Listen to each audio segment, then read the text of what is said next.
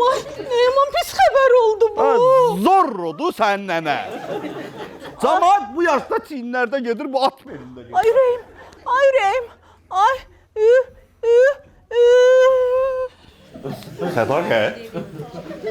Sədaqət, mən belə sevindirmə, bilsə ürəyim xəstə. Sədaqət artisti eləmə, sən canım təsəmmərəm. Bu xoşbəxtliyə mən layiq deyiləm, Sədaqət. Sədaqət. Sədaqət. Sədaqət. Nəhayət! Sədaqət! Telefon mənə. Telefon mənə. Görün birinci 2025-in Qalikini götürüm, yoxsa Lexus götürüm, hə? Yox, özümü şübhələndirməməliyəm. Çox sevincək görünmək olmaz. Aha.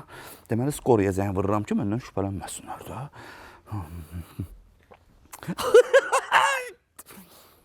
Alo. Alo. Təcil yardımdır. Bəli. Yoldaşımın vəziyyəti çox pisdir. Alo, bilmirəm, ürək. Ürək. Ya, gülməm, gül. Qarışdırdım ya. Ya, ürəyi pisdir, xahiş edirəm. Hə. Ya, çox təcil deyil, amma gəlin də, xahiş edirəm. Aha. Tələsməyin.